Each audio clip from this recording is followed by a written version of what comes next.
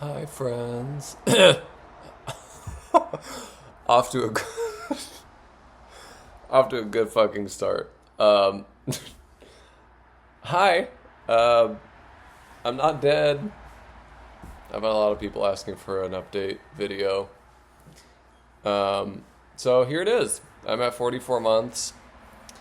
Sorry, it's been a really long time since I made a video. Um, I've had a lot going on over the past however many months it's been. Um, so about 5 months ago, a little less than 5 months ago, I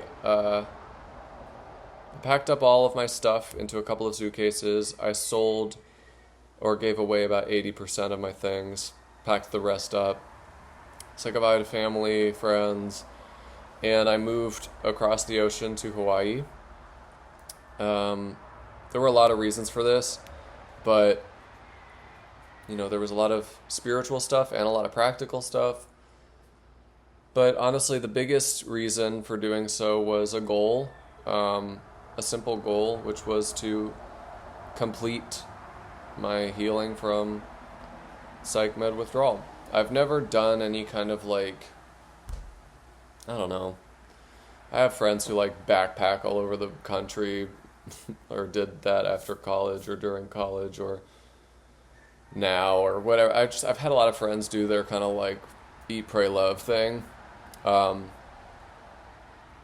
so I wanted to mix it up. I was having such a miserable time in LA. Um, this just being in a city that large was just, it felt like kerosene being thrown onto my already on fire nervous system. And I couldn't take it anymore. And when I came out here last March, I just completely fell in love with it. It felt like home.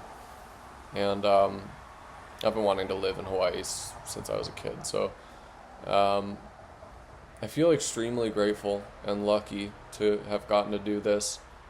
And by the way, it's not to say that if you're in withdrawal, you don't have to fucking fly your whole life somewhere else. That's not what I'm suggesting here. In order to heal.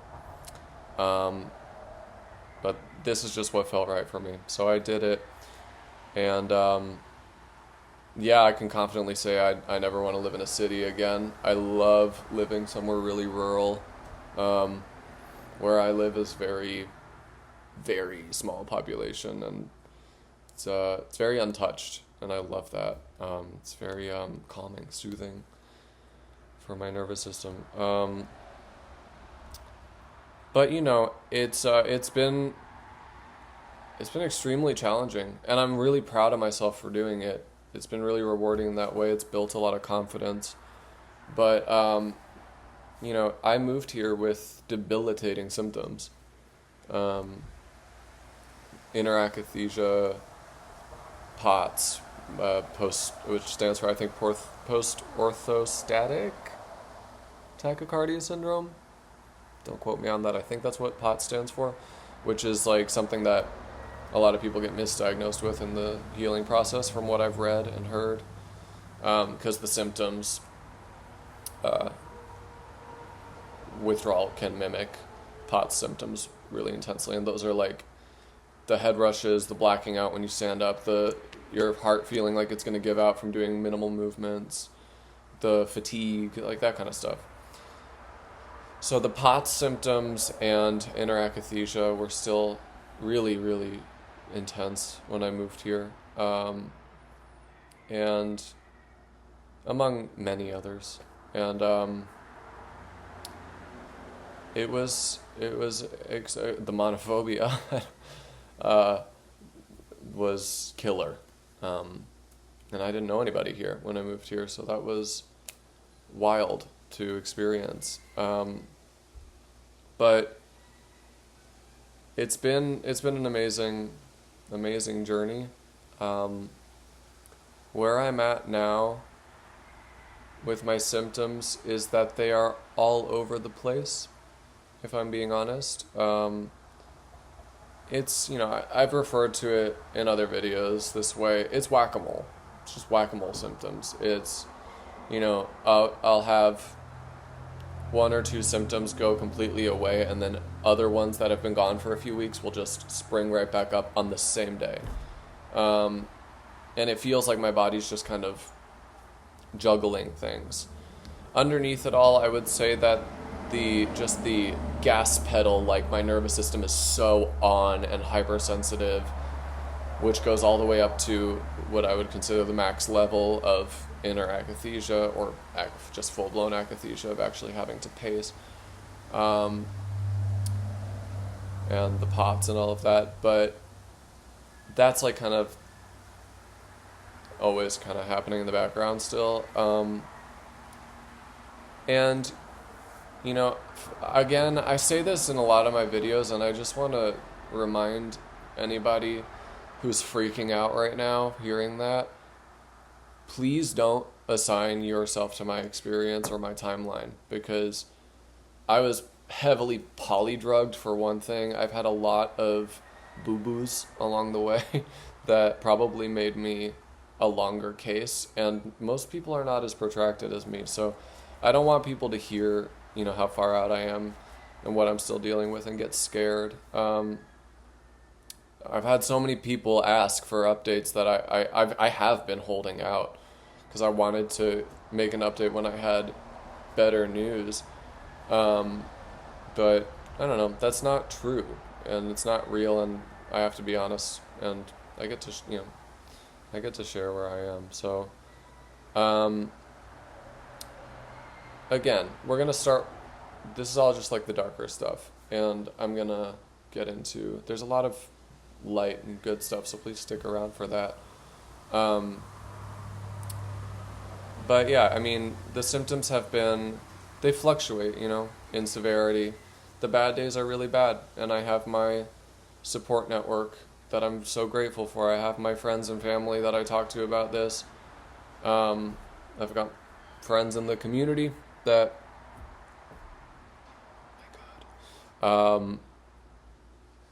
I rely on and I'm so deeply grateful for.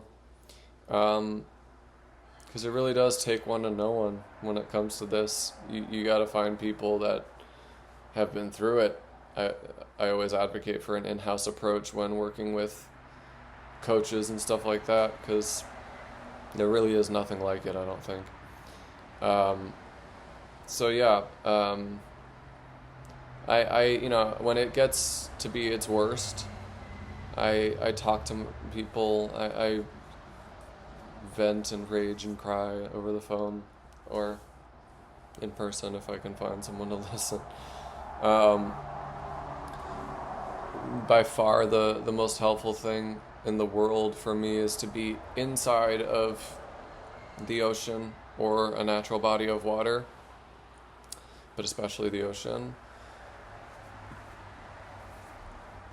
Sorry, I just ate my body weight in spaghetti and meatballs, which, hey, exciting. I haven't been able to eat carbs in a long time without problems, so I'll get to that. I don't remember where I was going with any of this. I'm a little foggy today.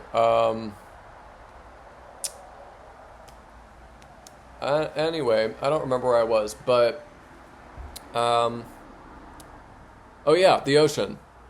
So that was a big part of why I came here. Was I just have always felt more at home in the ocean than I do on land, and for some reason it dramatically calms me down. So I like to spend as much time as humanly possible in there.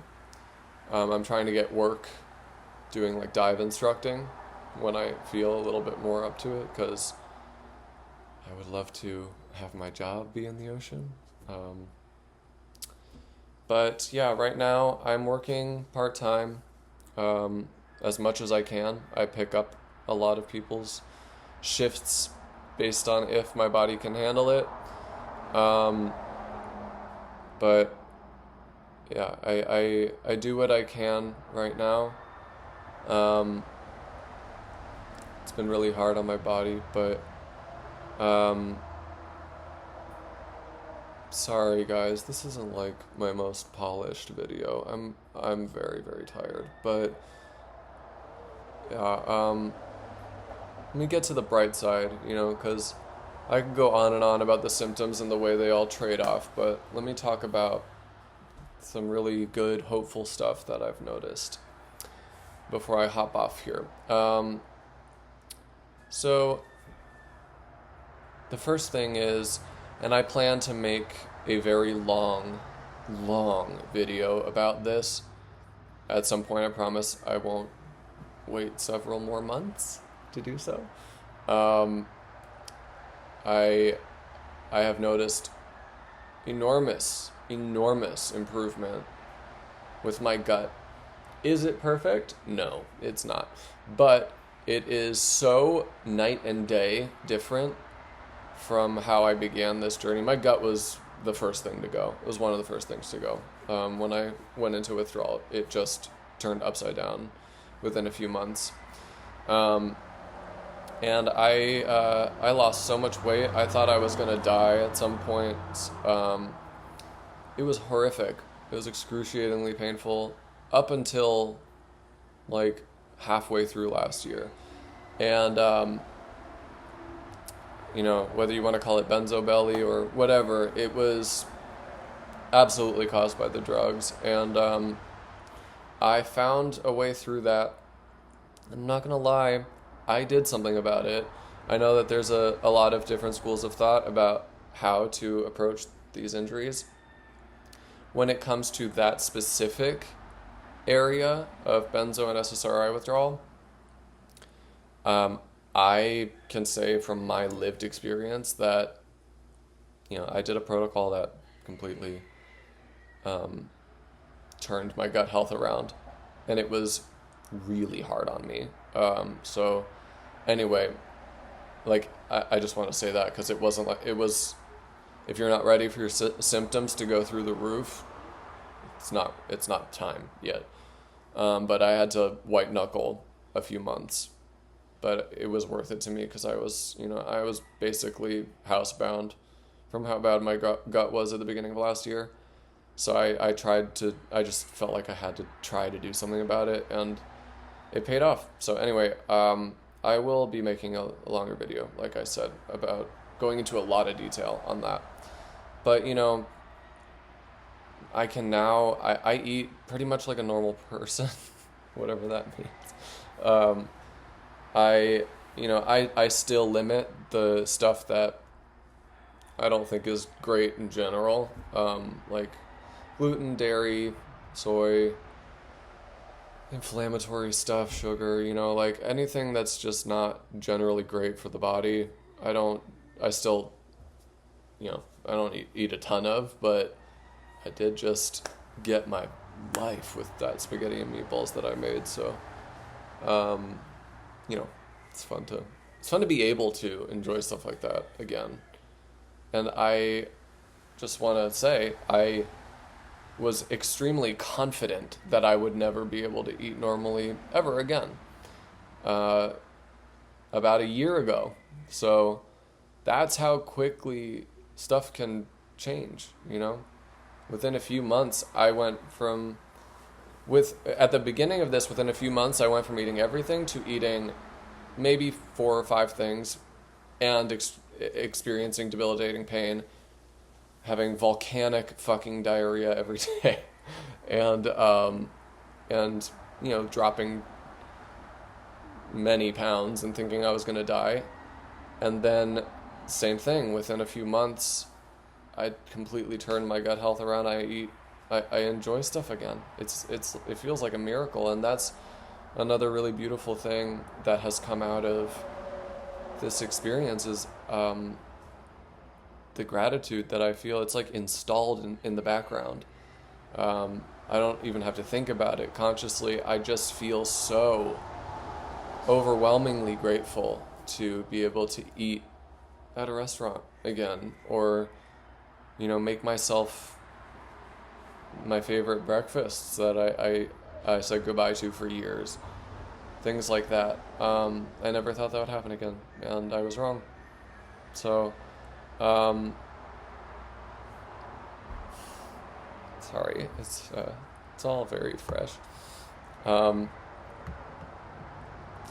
So yeah, I talk about this in one of my videos with Angie, but to all of that, law of attraction stuff that so many people hurl at us in this injury, please just, sorry to be crass, but wipe your ass with that and move on. Because, look, I believe in the law of attraction, I do. Not in this case. I don't think it applies to this at all. In fact, I don't know, I'm a very, what many people would call woo-woo person. I'm very spiritual. I'm a little out there for most people. And I try not to bring that into this channel because I don't want to, force that on anybody. But if we're speaking on spiritual stuff, I've done hypnosis around, asking questions about this journey. And I've had guidance, if you believe in that kind of stuff, from my guides, from angels, that basically says that this is not a normal journey, and that a lot of the natural laws don't apply to this because it's such a deeply unnatural injury. If you think I'm insane for that, I am okay with that. I know it sounds crazy, but it's what I believe in, so whatever, fuck it. But yeah, please don't take that shit to heart. All these people saying oh, if you believe something, that's gonna, manifest it into your life exactly the way you believe it. That's not true in this. It's just not. Because if that were true, I would not be sleeping. I sleep a lot now. I used to sleep, at the beginning of this, I would sleep 20 minutes a night, and I would trip from how exhausted I was for the rest of the day. Not literally trip, but I would, I'd be borderline hallucinating from sleep deprivation at the beginning of this journey. And then, for a long time it was 2-3 hours a night, and then akathisia the rest of the night. And then for a long time after that it was 5 or 6, and then I'd backtrack to 2 or 3 or 4, and then I'd shoot up to 6 or 7, and then I'd backtrack to 5, and it was just so spotty. And I believed wholeheartedly that I would never sleep through the night completely again. Now I have the odd night where I get 10 hours of sleep. My average, the most consistent, is probably 6.5 to 7, which is, compared to where I was, it's a miracle. And then a lot of nights I also get 8. And then some nights I have a shitty little setback and I get 5 or 4. And, it's just the way it is. But, the trend line is so moving in the right direction on certain things. So yeah, if I had manifested everything that I believed in the beginning of this, when my brain was out of my control, completely obliterated, injured by these drugs, and I couldn't think a thought that was positive, if that's you, you're not going to manifest horrible things into your life. I promise. I really do. And I'm sorry, because I know how fucking scary it is. I remember it really well. And I remember listening to The Secret audiobook. Not suggesting that if you're in this. But I remember, learning about law of attraction stuff, and then I was like, oh my god, I can't think anything positive. I'm going to be in hell forever. It's not the case. Same thing went for my gut. If I had, I did not believe I would ever eat normally again, and I do now. And I don't experience hell from it. I have I have my setbacks. I have bad gut days, but overall, it's pretty tame. And that's really exciting to say. So yeah, massive improvements on certain things. That constant, terror level fear has definitely died down for the most part. it comes and goes, it still flares up really bad sometimes, but it's not, it used to be constant at that level. I didn't get a break. And now it's, it's not like, my baseline is not great, I'm not gonna lie, but I'm moving in the right direction, I think. And yeah, it'll be really bad some days, but overall, even when it's really bad, there's the spaghetti again. I think it was Laura Delano, who is amazing, if you're not familiar with her. I think she was the one who said, like, something about how before you heal before people who are really protracted heal from this, we learn to suffer really well.